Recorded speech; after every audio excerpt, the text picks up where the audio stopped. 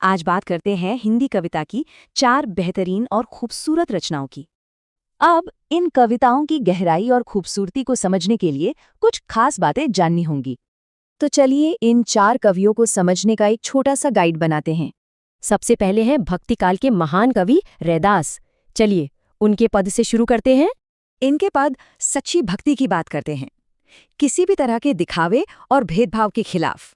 रैदास निर्गुण भक्ति को मानते थे, मतलब ईश्वर का कोई रूप या आकार नहीं है। उनकी भाषा बहुत सरल है, आम लोगों की भाषा। इसमें ब्रज भाषा और कई बोलियां मिलती हैं।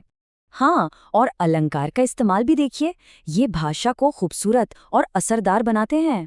चलिए अब आते हैं भक्ति साहित्य के दूसरे बड़े नाम तुलसीदास पर।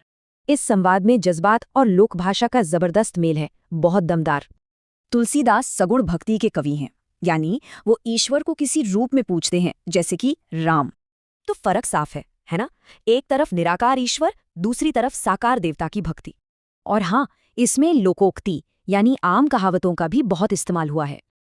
अब चलते हैं आधुनिक युग में और बात करते हैं निराला की एक देशभक्ति रचना की। निराला छायावादी दौर के बड़े कवि थे। इसमें प्रकृति और मन के भावों पर जोर होता है। ये कविता भारत की खूबसूरती दिखाती है, यहाँ की धरती, संस्कृति और देशभक्ति, सब कुछ। और हमारी लिस्ट में आखिरी नाम है सुभद्रा कुमारी चौहान का। बात करते हैं उनकी ऐतिहासिक कविता की। ये कविता 1857 की क्रांति और रानी लक्ष्मीबाई की कहानी को अमर कर देती है।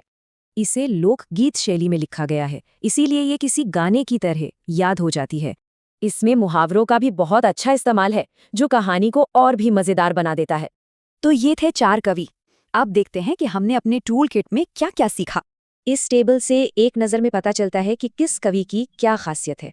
तो सोचने वाली बात यह है कि इन कविताओं की असली ताकत क्या है, सिर्फ शब्द या उनके पीछे का इतिहास।